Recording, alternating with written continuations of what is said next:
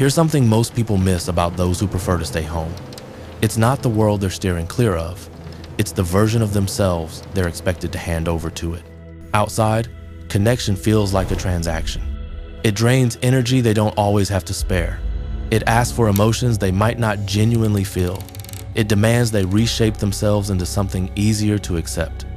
But home is where they can finally put all that down, where they stop pretending that just being alive doesn't take everything they've got. If that struck something inside you, if you felt a shift somewhere in your chest, stick around for a bit. Because what's often misunderstood about people who stay home isn't that they're running away from life. It's that they're holding on to something that feels too raw to expose to scrutiny. And that, actually, is where things start to get a lot more interesting.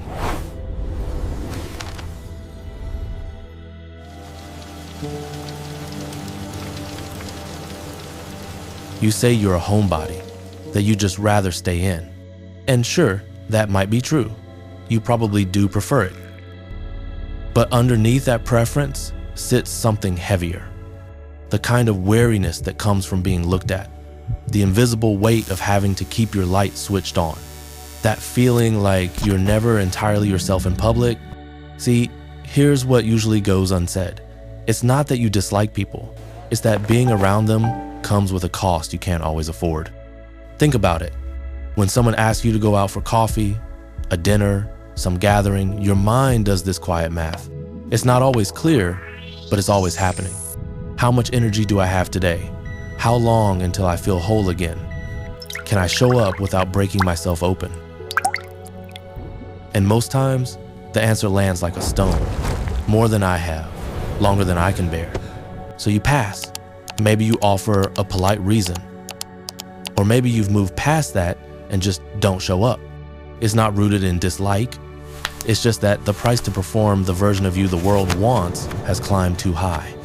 And there's a reason that price keeps rising.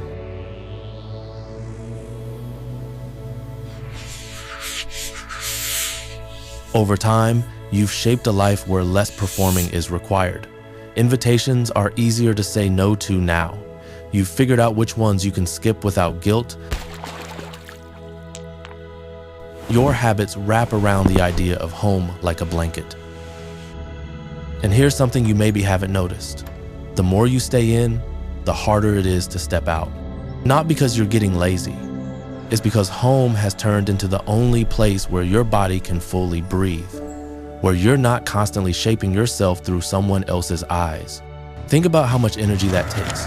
The translating, the performing, the constant internal monitoring. Am I too quiet, too loud, too awkward, too much, or too little? When you're outside, you're not just chatting. You're watching yourself speak, measuring, adjusting in real time. And it's not just tiring, it's erosive. Because here's what's actually happening. You've built, without realizing it, a version of yourself the world can handle. One that smiles on cue, that's good at chit-chat, that acts like background noise, doesn't feel like static inside your bones. And somewhere along the way, you picked up this quiet message. Who you are, naturally, doesn't quite work for most people. Maybe you were too thoughtful, too intense, too slow to jump in. So you built a mask, a social self. Someone who could slide through the noise without raising questions. And home? That's where the mask doesn't just come off, it dissolves. That squeeze in your chest when someone invites you out is not antisocial, it's muscle memory. Your body remembers how much effort it took last time just to seem fine. But here's the thing most people don't realize. You didn't choose to build this pattern on purpose. You are weak. We are strong. You learned it. Maybe you were the quiet kid adults kept nudging. Come out of your shell. Speak up more. Maybe your silence felt like a mistake people tried to fix. Or maybe it wasn't that direct. Maybe it was just the way the world moved too fast, too loud, asking too much, too often. Either way, at some point, you absorb this idea. The world belongs to people who have more fuel than you do. So staying home stopped being a preference. it became something closer to necessary. Because for you, being alive in front of others takes labor.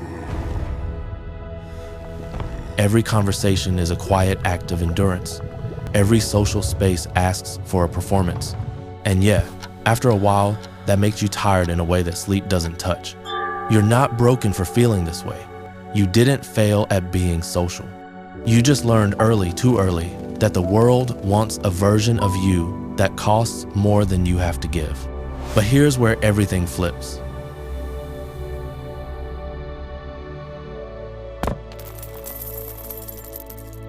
Now here's the paradox buried in all of this. The same sensitivity that overwhelms you in the world that makes everything feel so loud and fast is the exact thing that lets you feel more deeply than most people ever will. You're not hiding from life. You're tuned into it in a way that doesn't skip over anything. Your nervous system isn't weak, it's just processing more. You catch subtleties others never even notice. You feel what others don't even know they're missing. And that takes space, that takes time, that takes silence. Think about it. When people call you too much or not enough, they're really just reacting to the gap between how you experience life and how they expect it to be shaped. You're not fragile. The world's just loud for someone who listens this hard. You're not antisocial. You're refusing to keep slicing off pieces of yourself to fit into places that don't feel like home. Staying in isn't retreating. It's the softest, most stubborn kind of resistance. A quiet rebellion that says, I won't shrink just to be easier to swallow. Home becomes the only place where I am doesn't have to become I seem. And maybe that's not something to fix at all.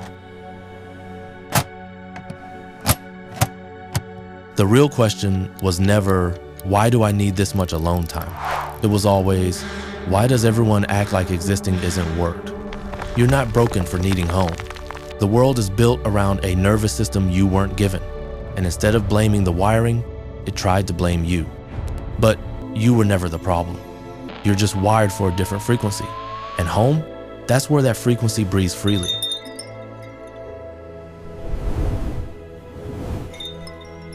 Where the door closes and the performance finally rests. Where you can be tired without apologizing for it. Where you don't have to explain your silence or translate your need for space. Where you stop surviving and start just existing. That heaviness you carry, it's not yours to fix. It's the world's to hold better. But until it does, home is where you remember what it feels like to be unedited, unperformed, unhurried. And that's not hiding. That's coming home to yourself. If any part of you felt understood in this, you're welcome to stay.